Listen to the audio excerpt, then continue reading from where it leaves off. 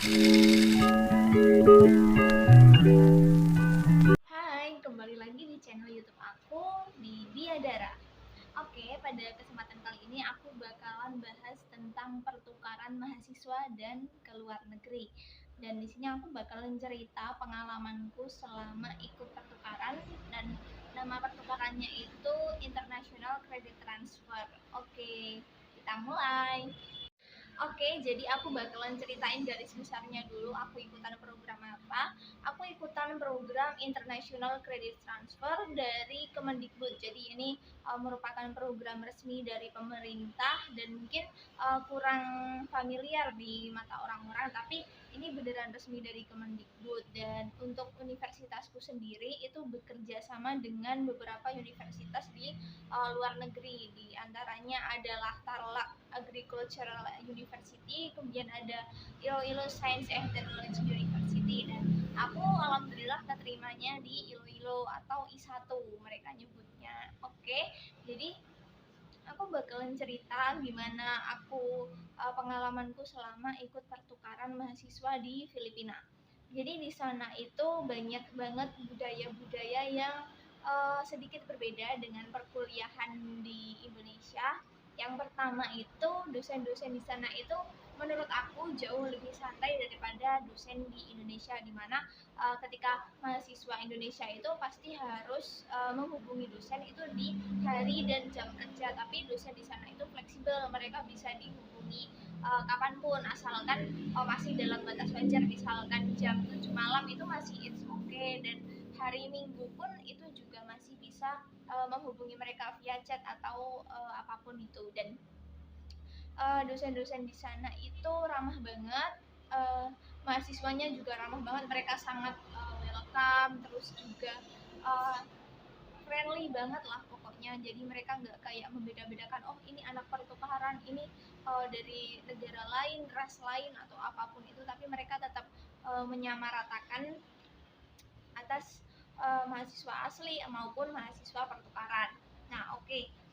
Terus juga mereka itu rasa kekeluargaannya tinggi banget, bahkan ke orang yang baru kenal. Karena aku waktu di sana itu ternyata orang-orang Filipina terbiasa pakai Messenger, mereka masih pakai Facebook dan sebagainya.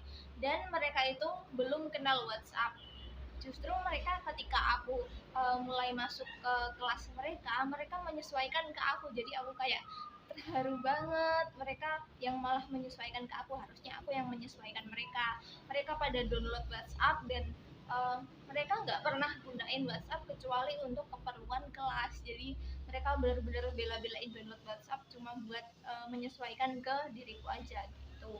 Juga uh, ketika di Indonesia satu SKS itu rata-rata 50 menit kan ya. Nah, tapi kalau di sana itu satu SKS itu sekitar 20 menit, karena aku di sana itu 3 SKS itu lamanya cuma 1 jam, tapi itu sepertinya berbanding lurus dengan tugasnya. Kuliahnya cuma sebentar dan tugasnya itu lumayan banyak, karena ketika di sana aku diberikan tugas sebanyak 26 modul, dan setiap modulnya itu kira-kira 10 halaman gitulah. Jadi antara tugas sama kuliah itu berbanding lurus aja. Jadi nggak yang ringan-ringan banget, juga nggak berat-berat banget. Oke, terus juga uh, media pembelajaran yang digunakan di sana itu menurut aku cukup inovatif dan kreatif banget, karena mereka baru beradaptasi dengan pembelajaran online, tapi mereka udah bisa improve sampai ke permainan-permainan seperti kuis. Dan mereka nggak cuma kenal kayak kuisis gitu, enggak, mereka bisa pakai media-media lain, banyak banget media yang mereka gunain kayak Nearpod dan sebagainya. Jadi perkuliahan itu rasanya seru banget dan nggak ngebosenin, walaupun sebenarnya materinya itu cukup berat. Oke, terus juga orang-orang di sana itu bisa banget untuk menyesuaikan iklim. Jadi yang aku tahu khususnya di daerah Iloilo, Filipina itu mereka itu rawan badai, terus sering banget ada banjir.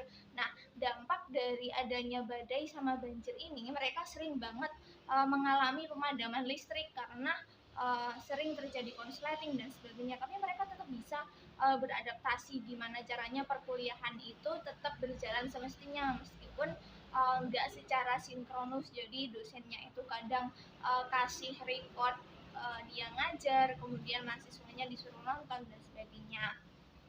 Dan selanjutnya yang bikin aku sedikit seneng banget sih, lumayan ditanya-tanya, mereka itu rasa ingin tahunya tinggi banget. Jadi di daerah Iloilo itu uh, mungkin bisa dibilang nggak ada orang muslim, dan mereka itu baru pertama kali lihat orang kayak aku. Maksudnya orang-orang yang pakai hijab, terus ada beberapa peraturan yang berbeda dengan mereka. Terus mereka itu tanya-tanya, itu apa dong yang di kepalamu, kasih tahu gitu. Mereka nggak tahu hijab, dan bahkan ada beberapa anak yang nggak tahu Indonesia itu di sebelah mana. Tapi mereka, aku salutnya, walaupun mereka nggak tahu, mereka mau untuk cari tahu gitu. Jadi mereka itu rasa ingin tahunya tinggi, dan mereka ketika bertanya itu sopan banget. Ketika si penanya kemudian dia tanya, kalau aku nggak mau jawab ya dia menghormati gitu. Mereka nggak memaksakan aku harus menjawab, dan mereka juga sering tanya-tanya tentang agama Islam dan sebagainya. Pokoknya mereka itu rasa ingin tahunya tinggi, dan rasa ingin belajar hal baru itu tinggi banget. Dan itu yang bikin aku salut sih sama mereka, karena mereka terbuka terhadap hal-hal yang baru. Oke, segitu dulu aja video dari aku. Kalau misalnya ada yang mau tanya-tanya tentang pertukaran ICT, International Credit Transfer ini, silakan tanya aja di kolom komentar. Mungkin aku bakalan bikin di next video. Oke, thank you for watching and bye-bye.